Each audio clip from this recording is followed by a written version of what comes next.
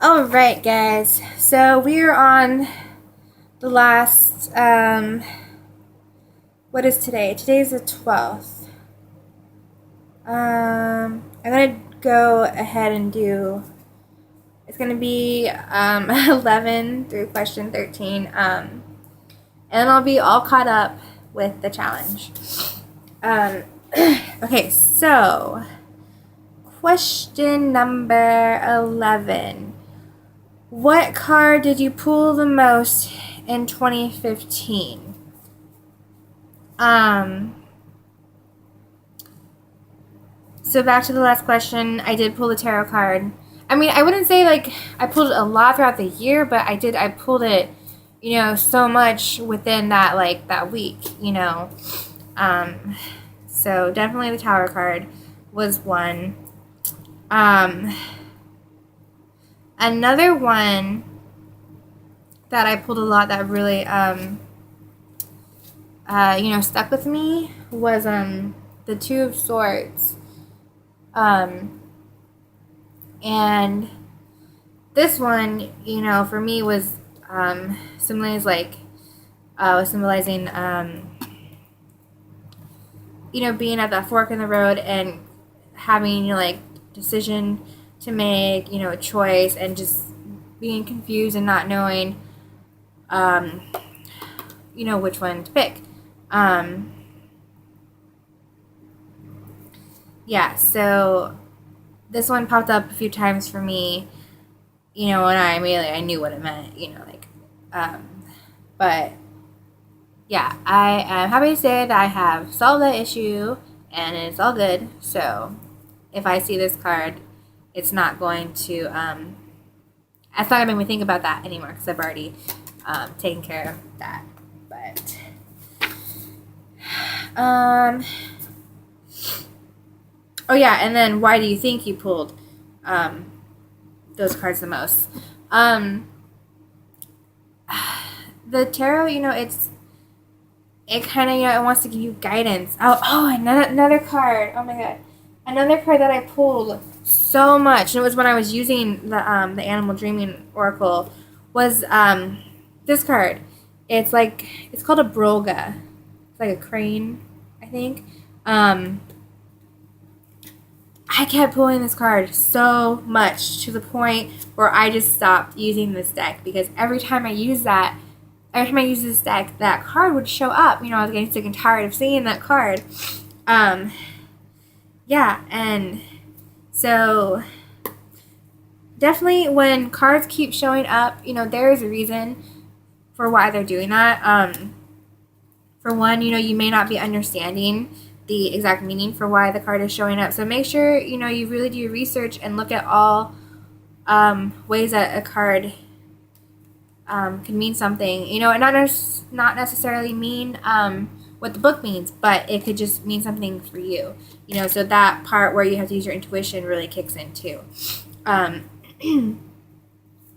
yeah, so and this one was talking about just like not being a hermit, just getting out, socializing, being with friends, and at that point I was just really being a homebody and staying inside, and I wasn't I did go out a little bit, but I don't think I was really mentally doing that, if that makes sense. I was physically doing it a little bit, but mentally I wasn't. Mentally I was, just being alone with myself at home and stuff. So yeah, this card really hasn't been showing up anymore. So I think maybe because I've acknowledged it and taken care of that.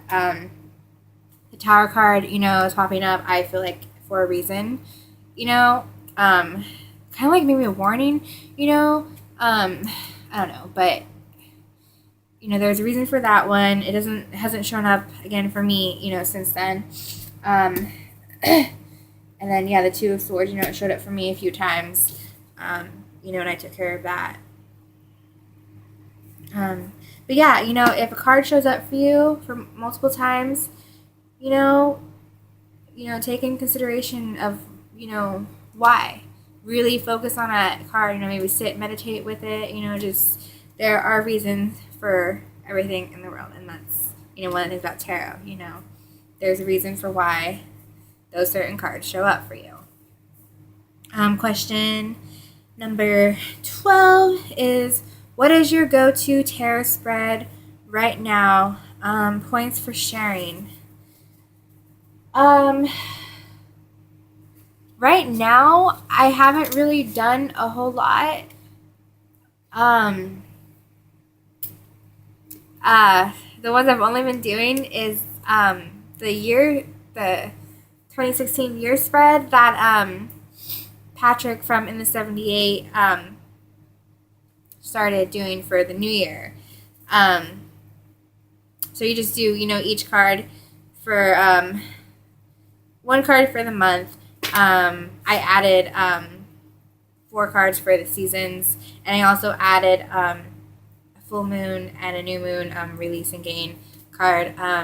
But I'll have the links for all that, and I have a video doing that spread too, so I'll just link those instead of showing it in the video. So yeah, I'll link all the videos, all that underneath. And then question 13, we're going to do 14 too. Question 13, do you create or modify spreads? I think I kind of went over this a little bit. Do I create or modify? I do like to get spreads online. I have recently because I've been looking for more spreads to use. I do tend to, here's the thing. I don't really like to modify them because I feel like, I don't know, it's like its own spread, modifying them might be kind of weird, but I have had to modify some because there'll be positions with meanings that don't correlate to the question or the guidance I need at that time. And then also for aesthetic reasons, for pictures on Instagram, changing the way it looks to kind of make it look more appealing. I've done that. And then also if there's a spread, say it's a relationship spread, but you can use that spread for something else, maybe for work or just for a question, then using that spread, but just rewording some of the words so that it pertains to work or something else besides a relationship. And then creating my own. Yes, I have. I tend. Okay, so there's a few things I like to do. I like to do, which Angelo, his YouTube channel, he talks about the domino effect, where you shuffle, and you pull a card, and then you ask a question about that card. You shuffle, you pull another card. You kind of ask questions and pull the cards, kind of in storyline. I've done that, and then pulled cards for to kind of go deeper into that card, on top of pulling the cards of the story, and then pulling more cards for a certain card or something. I've done that, and then also just pulling cards as I'll do 1, 2, 3, 4, 5, 6, 7, 8, 9, and then read across this way or read across this way, and then I don't know, it's not really when I do it that way, when I do 9 cards, it's not really specific that way, all the time. It could be just this card, really matches well with this card, or this card and this card really stand out. Just if they stand out in a certain way or they combine with something, then I use that spread differently. So that one, the 9 card spread that I do, I can use it different every time depending on the cards that get pulled for that spread. And like I said in a previous video, I like to add oracle cards into a tarot spread for extra guidance, or for finishing the tarot spread, kind of the last page of the tarot spread book, just bringing it all together as a whole. So kind of just that last touch to the tarot spread is adding the oracle card for me.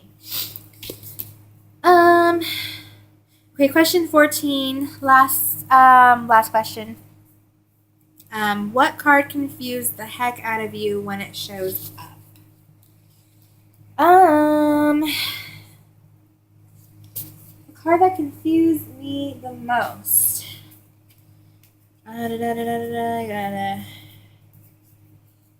Oh. Okay, so it's not a card in general, but it's the court cards. That's another card. I happen to pull court cards all the time.